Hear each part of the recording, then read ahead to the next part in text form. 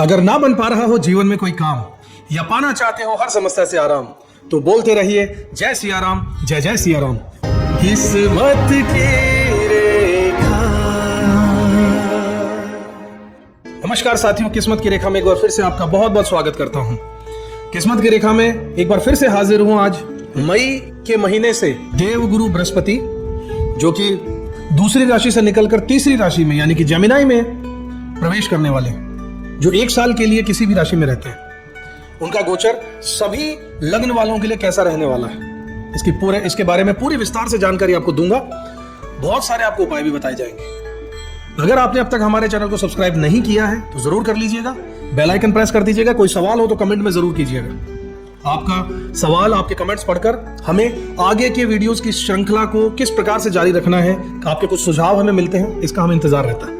चलिए समय व्यर्थ न करते हुए जल्दी से शुरुआत करते हैं आज के ज्योतिषीय सत्संग की। साथियों, क्या आप तैयार हैं एक ऐसे बदलाव के लिए जो आपकी सोच को बदल कर रख देगा, जो आपके रिश्तों को नई दिशा देगा और जो आपके भाग्य के नक्शे को फिर से खींच कर रख देगा?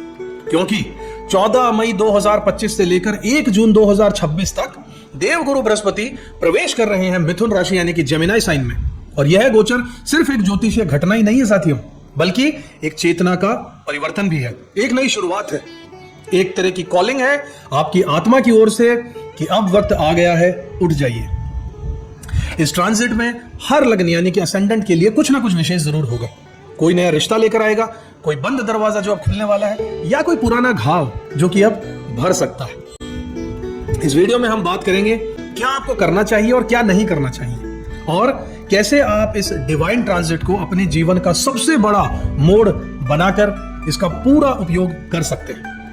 तो अगर आप तैयार हैं अपनी इस चेतना को एक नई दिशा देने के लिए, तो यह वीडियो अंत तक जरूर देखिएगा, क्योंकि गुरुदेव आ चुके हैं और अब आपकी बारी है जागने की और इस पल का, इस अपॉर्चुनिटी का फायदा उठाने की। क्या आपकी लाइफ में पिछले कुछ सालों से कई चीजें अटकी हुई, आपको ऐसा लग रहा है कि चीजें अटक सी गई हैं? क्या आप सोचते हैं कि कुछ बड़ा होने वाला है लेकिन अभी तक वो क्लियर ही नहीं हो रहा है? तो जरा रुक जाइए, क्योंकि 14 मई 2025 से लेकर 1 जून 2026 तक बहुत कुछ खास होने वाला है आपके लिए। जी हाँ, देवगुरु बृहस्पति जो आ रहे हैं मिथुन राशि में, इस गोचर और इसका असर हर एक व्यक्ति पर पड़ने वाला है, चाहे वो मेष का हो या मीन का, चाहे उसका लग्न कुछ भी हो या चंद्र राशि। इस सीरीज में हम बात करेंगे हर एक असेंडेंट पर इस गोचर का डिटेल में असर क्या होने वाला है। लेकिन उससे पहले जरूरी है कि हम समझें कि जुपिटर यानी कि गुरु बृहस्पति देव असल में क्या है, जेमिनी में इनका ट्रांजिट इतना महत्वपूर्ण क्यों है, और इसका आम इंसान की लाइफ पर क्या असर पड़ने वाला है। बृहस्पति देव ज्योतिष में वो ग्रह साथियों जो न सिर्फ हमारे भाग्य, शिक्षा और आस्था को दर्शाते हैं, बल्कि ये भी बताते हैं कि हमें लाइफ में असली ग्रोथ कहां से मिलने वाली है। ये आकाश तत्व का प्रतिनिधि है, यानी सब कुछ समेटने वाले हैं। ये आशावाद, विश्वास, सीखने और सिखाने की ऊर्जा का स्रोत भी है। गुरु हमारे पुण्य कर्मों का फल लेकर आते हैं साथियों। गुरु जिस भी भाव में होते हैं वहां पर ज्ञान विस्तार लेकर आते हैं, ज्ञान लेकर आते हैं और ब्रह्म ज्ञान की प्राप्ति देते हैं। अब बात कर लेते हैं मिथुन राशि में इनके गोचर की। अब जरा सोचिए कि एक ऐसा गुरु ग्रह जो गहराई से ज्ञान देने वाला हो, वो जा रहा है मिथुन राशि में, जो खुद ही बुध देव की राशि है, संचार की राशि, कम्युनिकेशन की, नेटवर्किंग की, विचारों की अदला बदली करने से जुड़ी हुई राशि है। यहां जहां पर बुद्धि बहुत एक्टिव रहने वाली है, लेकिन फोकस कभी कभी इधर उधर भी हो सकता है। बुध देव ड्यूअल साइन वाले हैं, भटकाव आ सकता है। इनकी 2 राशियां होती हैं, तीसरी और छठी। अब जब गुरु इस राशि में आ रहे हैं साथियों, तो एक यूनिक सी चीज होने वाली है। हमारे अंदर का जिज्ञासु इंसान जाग उठेगा। हम सीखना चाहते हैं नई स्किल्स, नई भाषा और नई सोच, लेकिन अगर हम सतर्क ना रहे साथियों, तो यही ज्ञान हमें कंफ्यूजन में बदल के हमारी हालत खराब कर सकता है। एक चीज को और समझिए कि ये ट्रांजिट अतिचारी गति में होगा। जी हाँ, जुपिटर इस दौरान तेज गति से चलेंगे, जिसे अतिचारी गति कहा जाता है। और इतिहास गवाह साथियों कि जब भी गुरु अतिचारी हुए हैं, 1918 से 1920 में स्पेनिश फ्लू आया, WW1 एंड मतलब वर्ल्ड वॉर प्रथम का अंत हुआ, 1945 से 1947 में वर्ल्ड वॉर सेकंड का भी अंत हुआ, भारत पाकिस्तान का विभाजन हुआ, 2008 से 2010 ग्लोबल इकोनॉमिक क्राइसिस आया, 2019 से 2021 कोरोना महामारी और लॉकडाउन लगा। इस बार भी 2025 से 2033 के बीच में गुरु की स्पीड में वही असामान्यता रहने वाली है साथियों। मतलब तेजी से बदलाव आने वाले, तेजी से अवसर आएंगे, और अगर आप तैयार नहीं हैं तो मौका छिन भी सकता है। तो यह ट्रांजिट आपके लिए क्या लेकर आएगा? एक जनरल ओवरव्यू की बात करें तो तेज विचारों का दौर आने वाला है। लोग अपने स्किल्स पर ध्यान देना शुरू करने वाले हैं। AI, artificial intelligence, communication, writing, education, YouTube, blogging, tech startup जैसी कई चीजें तेजी से बढ़ने वाली है, जिनमें टेक्नोलॉजी का इन्वॉल्वमेंट है, कम्युनिकेशन का इन्वॉल्वमेंट है, मोबाइल का इन्वॉल्वमेंट है, डिवाइसेस का। साथ ही बढ़ने वाला है कंफ्यूजन, ओवरथिंकिंग और जानकारी की बाढ़ आने वाली है। इंसान को चारों तरफ से डेटा मिलने वाला है। तो क्या करना चाहिए? इस ट्रांजिट में सिर्फ एक ही मंत्र को याद रखिएगा साथियों, ज्ञान को छांटिए, आत्मसात करिए। बहुत तरह की भीड़ आपके सामने आने वाली है कि ये भी सीख लो, वो भी सीख लो, ये सारा डेटा ले लो, वो डेटा ले लो। काम तभी आएगा जब उसमें से आप अच्छे से छटनी कर लें और उसी चीज को पढ़ें, उसी चीज पर अपना समय लगाएं जिससे आप फायदा उठा सकते हो, जो आपके लिए बनी है। व्यर्थ की चीजों में ना पड़िए और अच्छी सी चीज को जो आपके ज्ञान की हो सकती है, अपने काम की हो सकती है, उसकी नॉलेज लीजिए और उसे अपने अंदर आत्मसात करते रहिएगा। तब आप इस ट्रांजिट का पूरा फायदा उठा पाएंगे। तो दोस्तों, ये था इस ट्रांजिट का एक बेसिक सा इंट्रो। अब हम शुरू करते हैं लग्न दर लग्न बृहस्पति के मिथुन राशि में गोचर का पूरा विस्तार से क्या असर रहने वाला है। हर लग्न की डिटेल में एनालिसिस भी करेंगे, मेष से मीन राशि तक। तो अगले पार्ट को जो यहां से शुरू हो रहा है, मिस मत कीजिएगा। अगर ये वीडियो आपको अब तक अच्छा लग रहा है तो लाइक, शेयर, सब्सक्राइब जरूर कीजिएगा और हाँ, कमेंट में जरूर बताइएगा कि आपको गुरु के इस गोचर से क्या उम्मीद है। अब बात करते हैं कुंभ लगन यानी कि एक्वेरियस असेंडेंट वाले मेरे साथियों की गुरु का ये गोचर क्या लाएगा जब वो प्यार, क्रिएटिविटी, बच्चों और रोमांस के घर यानी 5वें घर में दस्तक देगा। बारी है कुंभ लगन वाले मेरे साथियों आपकी, जिनकी हमेशा सोच होती है आउट ऑफ द बॉक्स। दुनिया कुछ कर रही है, उसे में मतलब नहीं है, ये कुछ अलग सोच लाएंगे। इनके थिंकिंग पैटर्न अलग होता है और दिल में होता है एक गहरा मानवतावादी भाव, इंसानियत के लिए काम करते हैं।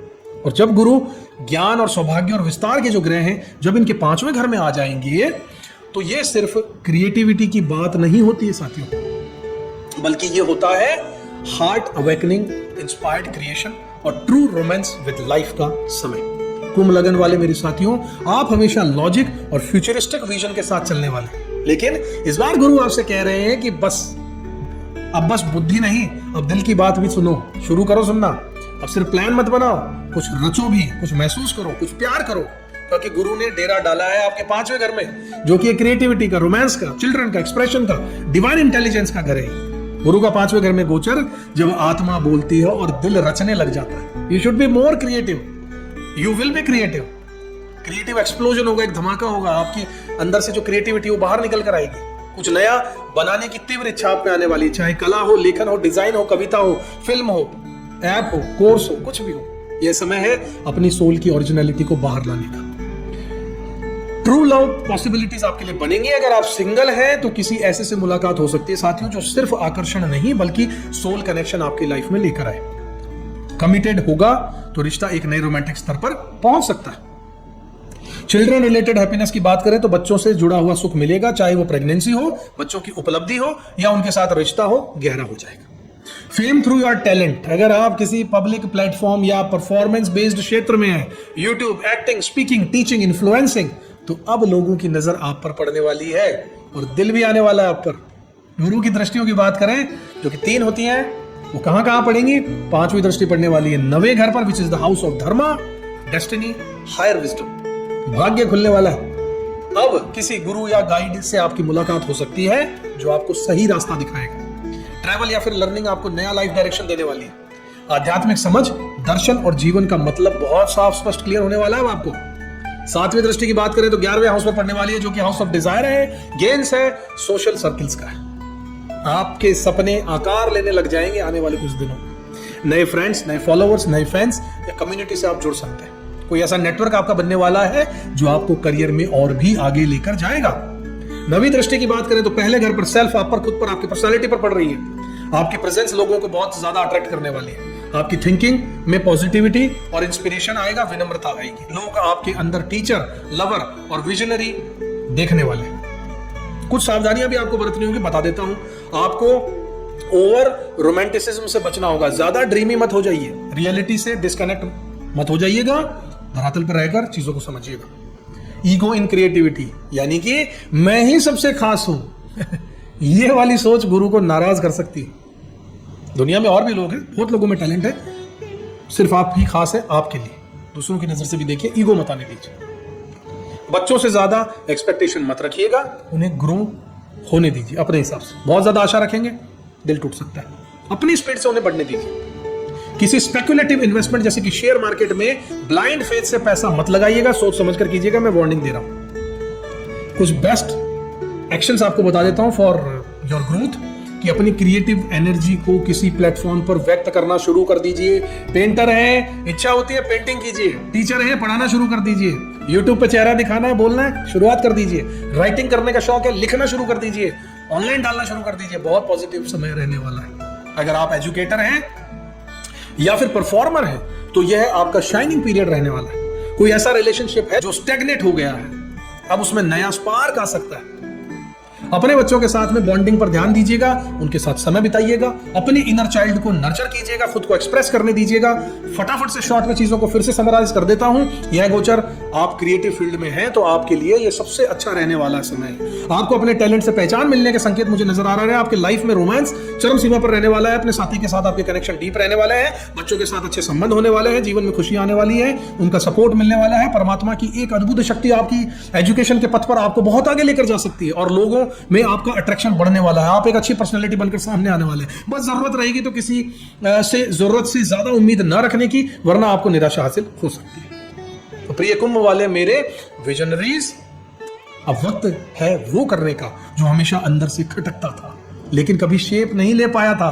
अब वक्त है अपने सपनों को रंग देने का, उड़ान भरने का। अपने शब्दों को कविता, अपने आइडियाज को एक रचना और अपने प्यार को आत्मा से जोड़ने का समय आ चुका है। गुरु यहां पर कह रहे हैं कि तुम सिर्फ सोचने के लिए नहीं बने हो, तुम रचने के लिए, प्रेम करने के लिए और प्रकाश बनने के लिए आए हो।